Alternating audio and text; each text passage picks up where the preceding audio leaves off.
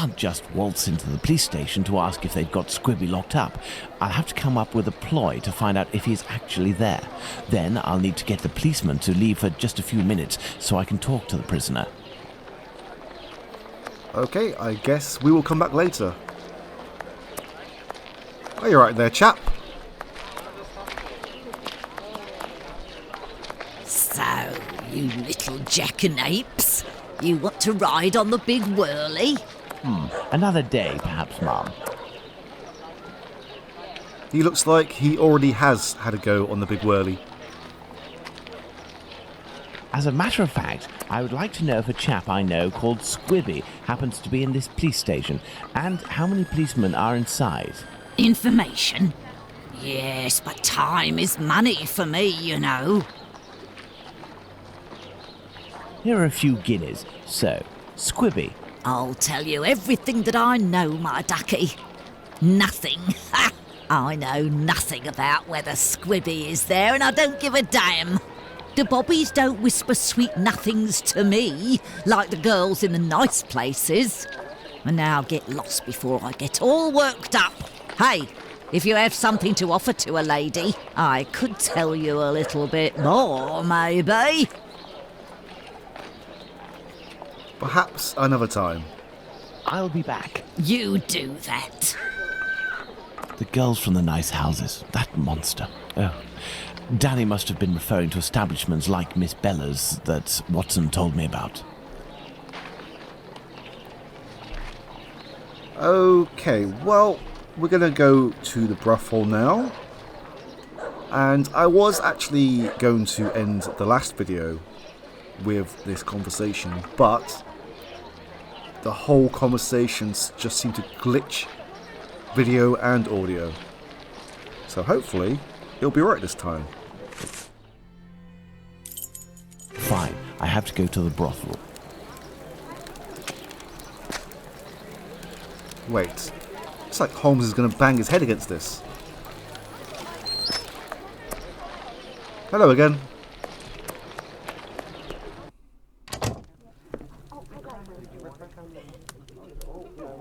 Good evening, Lucy. Do you remember me? Mr. Holmes, come in. You're strangely dressed. What have you come to do in the area? I've come to ask if any of your colleagues, or perhaps even yourself, associate with any of the policemen from the local station. Certain girls go with police officers, it's true, but Bella would be able to tell you more than me. Very well. I'll be on my way.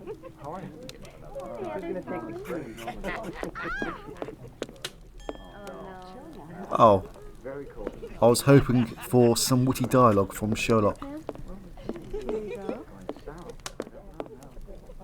Now that's a shame.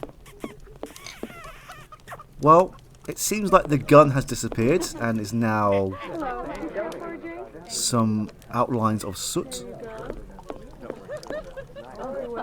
You are a friend of Dr. Watson? Indeed. A fine man, your Dr. Watson. He got me out of a damn business with one of my clients. We gave this boor a lesson to remember, and he's since gone to France, having snagged one of my best girls.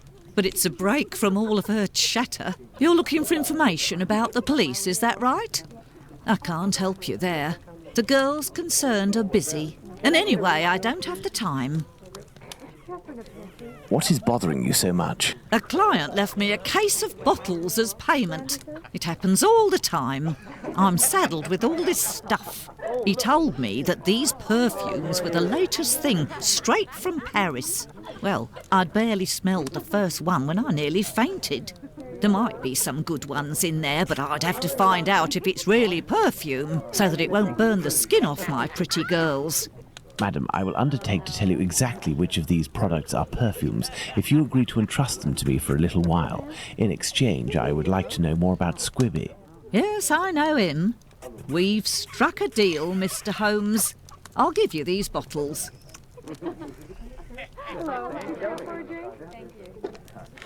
I will need a book to help me identify Miss Bella's perfume.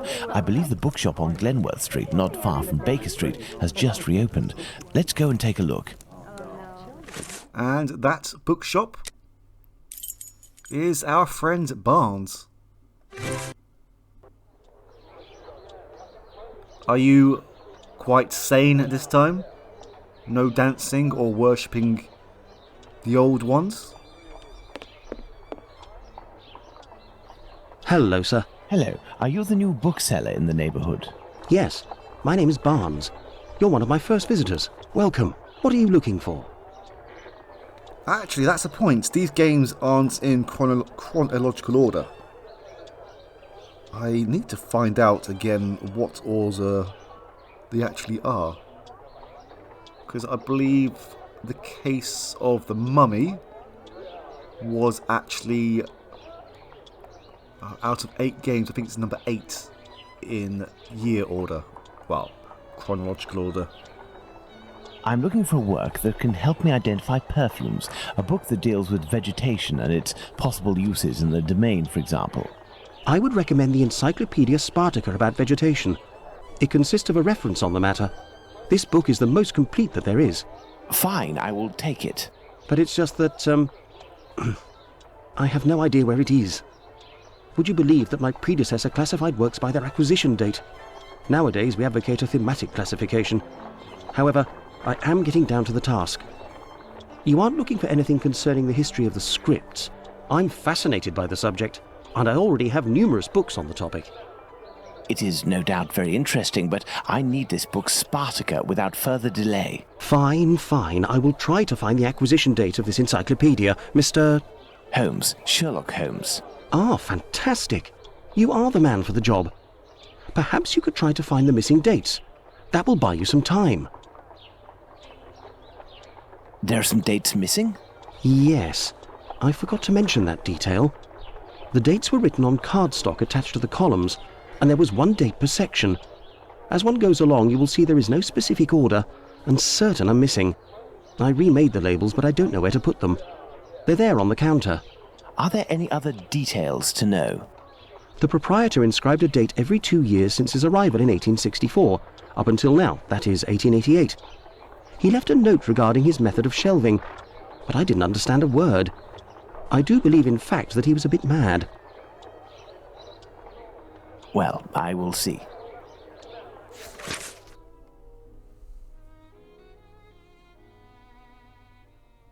Okay.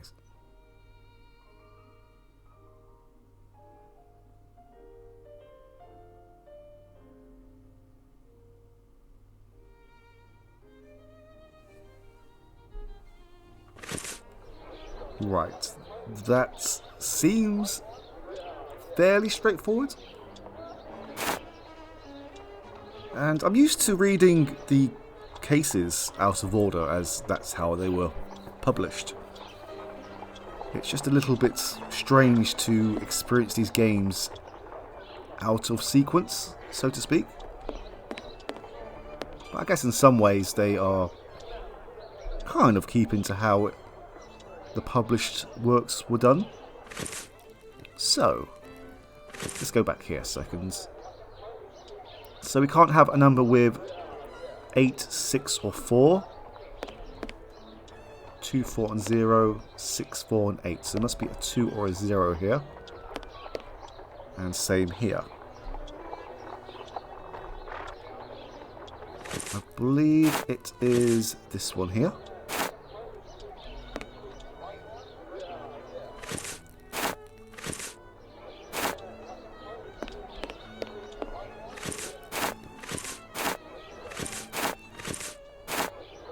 There, Mr. Barnes, the labels are in their correct places. That should facilitate your classification. Have you found my book? Yes, what luck it was to meet you. It was acquired in 1882. I will look for it. Thank you very much. I would suggest that you organize your books quickly. I am in the habit of visiting my local bookstore at least once a week. You are right, Mr. Holmes.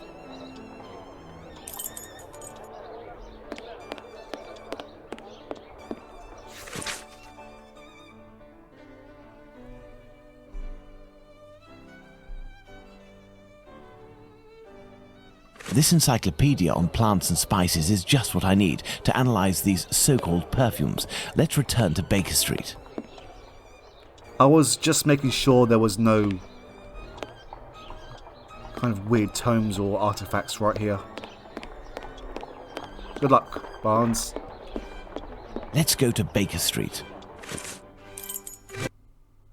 I will need my work table. I need something.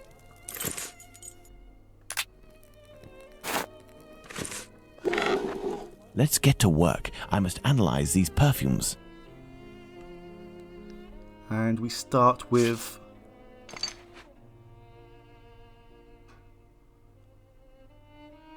Okay, so we basically have to match up these shapes with these ones to this image just here. I believe that looks like lavender. These shapes represent the smells at my disposal.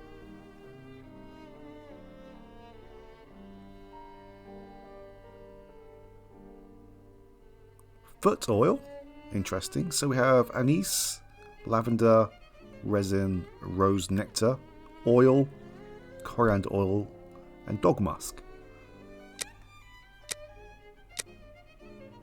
This perfume is ghastly. Morning of Sleepless Nights, interesting name. So this one here looks like foot oil mixed with lavender.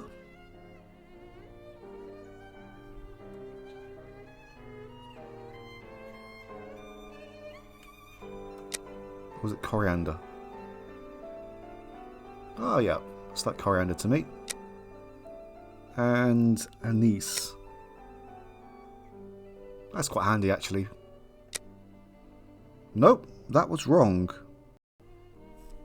Okay, I believe I have realised the mistake, as the guide that I'm using says fog musk. For some reason I thought that was foot oil, but it actually means dog musk. Excellent. Now on to the next step. Fog musk indeed. So, the problem is we can't actually match these up with this, but I believe this one is resin mixed with... Elementary. Fine, I have to go to the brothel.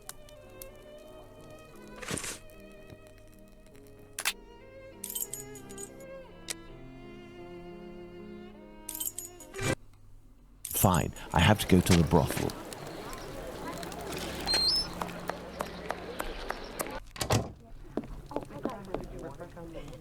So, my dear man, have you reached a verdict? I have distinguished the good perfumes from the bad, but even the good ones are nothing more than common sense for adolescents. Who cares? It'll freshen up a few of my girls. Wait, there's a perfume here called Valerian. What is it? It's not really a perfume, technically speaking, unless you like cats. It's more of a kind of medicine. It smells strange. I don't really like it. Here, I can give it to you. And I have some information. Squibby is most assuredly locked up at the police station hereabouts. It would also seem that he's the one who doesn't want to come out. Do you know someone by the name of Danny? Danny? Big Danny Nutcracker? Ha! The one who hates cats? That's the one. You're interested in that kind of bird? Oh, be like dipping your biscuit in a pig's trough. She's dangerous, a real cyclone, so beware. And her appearance, she claims to adore perfumes. She'd need this whole box to smell sweet. I doubt it'll take much to make Danny cooperate, perhaps by offering her a little gift. Let's go to the police station. That's the first time I've ever heard the phrase dipping your biscuit in a pig's trough. So we actually have a bottle of Valerian. And if we go to our documents, Valerian or capon's tail is irresistible to passing cats, it seems. And now we've learned that Danny likes perfume and hates cats. And we also know where a cat is. So let's go back to the police station first.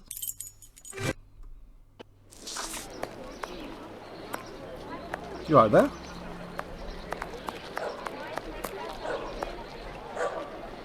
You still there, honey pie? I'll be back. You do that.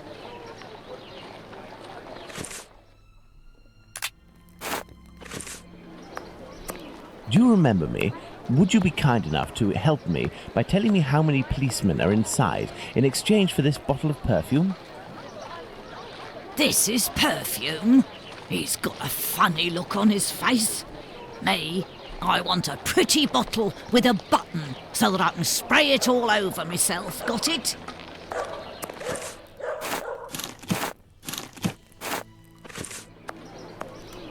Do you remember me? Would you be kind enough to help me by telling me how many policemen are inside in exchange for this bottle of perfume? There ain't much in the station. It was pretty busy, but now there's only one constable, dearie. There we are. Now Danny has been sprayed with valerian, a scent that's irresistible to cats. I must create a diversion in the street to make the policemen come out, but I need some cats. Lots of cats. To the pet shop. I must go to the pet shop. Yeah, we kind of already established that.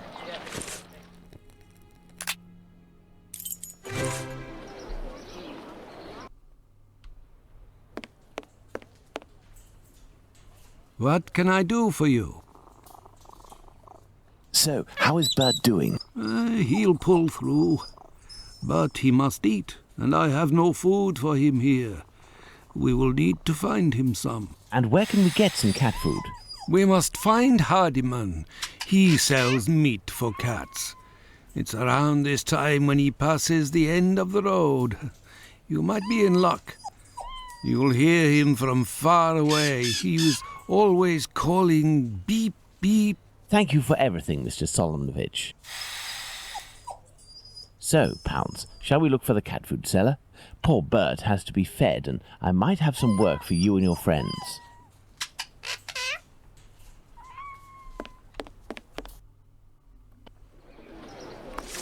I feel like they got the names mixed up as Pounce. Beep, beep. Okay. Pounce sounds like a name for a cat. Oh, it's our friend the undercover policeman, who is now a meat salesman. What? Cat's meat? Beep, beep. Good evening, sir. How do? A little kebab for the cat? These little brats can't possibly all be yours. Pardon?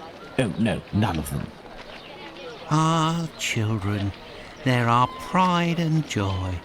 And yet, Do cats really like kebabs? they adore them. How many would you like? I'll take the lot. I beg your pardon, sir? How much for the lot? For £2, they're all yours, my lord. It's a deal. Listen up, my little soldiers. You'll need to find all the cats in Whitechapel and lead them towards the police station. You'll be armed with delicious kebabs to entice them. Go, as quick as you can now. If my calculations are correct, the cats will be seduced by Danny's odour and will throw themselves on her. That should cause enough of a commotion to get the policeman to come out onto the street.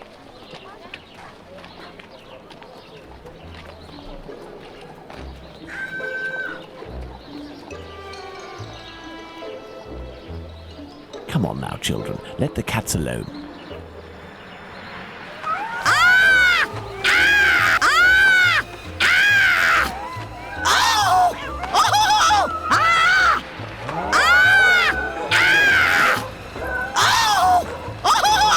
But what's all this racket? Calm down. Come on, out. And make those cats shut up. Well now, let's see what I can do about Squibby. This must be the door that leads to the cells. So we need to pick this lock. And apparently the clue is this shape just here. So, okay, it moves in the opposite way of which way you're moving the cursor. So 1, and I believe we have to move all the way around. And then move it back halfway again.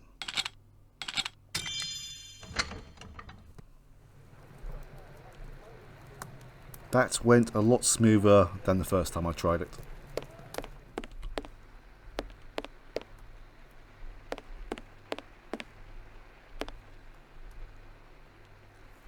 And who are you? I've come to talk to you about Tumblety. So you're here to kill me, are you?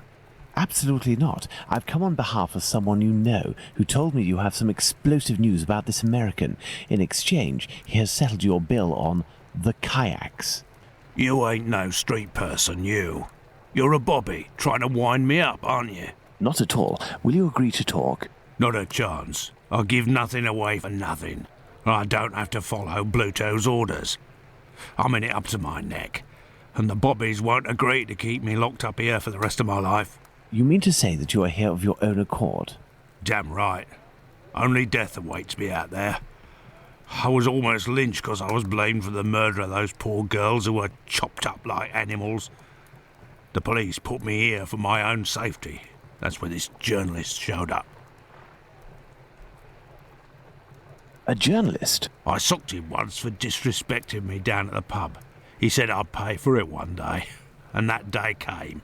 He said he was going to squeal to the papers about me. With my description and my tattoos and all, I was arrested at the same time the police said they'd caught the Whitechapel killer. While waiting to write the article, he started the rumour. Now the streets ain't safe for me no more. I understand. Listen, if I find this journalist and make him promise to not write a word about you, and if I also agree to pay for you to get out of London, will you tell me everything you know about Tumblety? You sure know how to speak to ruffians, don't you? You got yourself a deal. What's the name of this journalist? Bulling. Tom Bulling. Tom Bulling? That name sounds familiar. That wouldn't be the journalist that Watson met at the Wasp's Nest. Huh? Ah, no, nothing. I was just thinking aloud. Well, I'll be going, Squibby. You're right. It ain't healthy here. I shall leave Bluto's treasure at the station. The police will know what to do with it. Hello? Are we stuck here? Oh. Okay.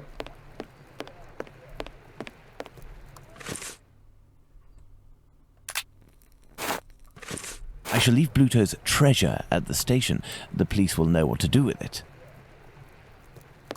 Hey, but what are you up to here, you? Off with you, and make it quick before I take you in. Let's go to the Wasp's Nest.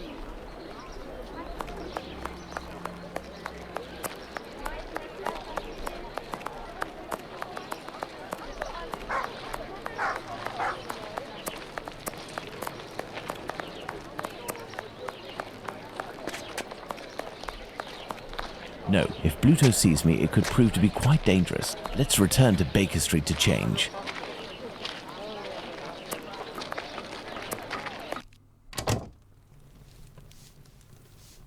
Good evening. There'll be a nice tip in it for you if you can tell me if you recently saw a journalist here. Yes, sir. A damn nuisance, that man. And a real cad. He cursed me out something fierce for staining a book that he put down, even though it was him who was shaking so much that he soiled it with a whole lot of ale. He was reading a book? Oh, not a real book. A halfpenny rag. He put it down on the ground, and I put it in the paper bin for the stove. It should still be there if it weren't already put in the fire. Goodbye, miss. At your service, me lord.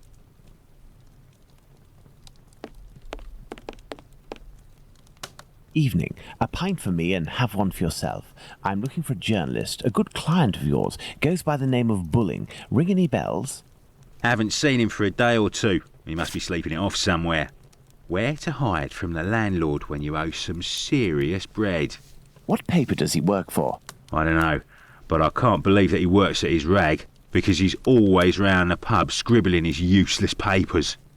The last time I seen him, he spent a whole day at that table drinking and scratching away from morning till night. He finished by celebrating, and without the help of a rich chap, he would have fleeced me of a guinea. Thank you, my friend. That's nothing. Is this my pint?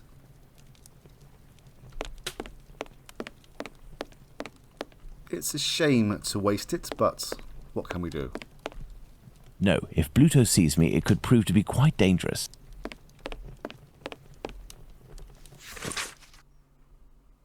Spring-heeled Jack. Spring-heeled Jack, a fantastical character that terrorizes the population of London. This journalist has some far from cheerful reading. Some paper, ink stains. This must be the table where Bulling writes his copy. Okay, I thought that we would have picked it up. Never mind. Let's return to Baker Street. Tom Bulling isn't here, but the Baker Street irregulars should be able to track him down. Perhaps Watson will have something to tell me in the morning.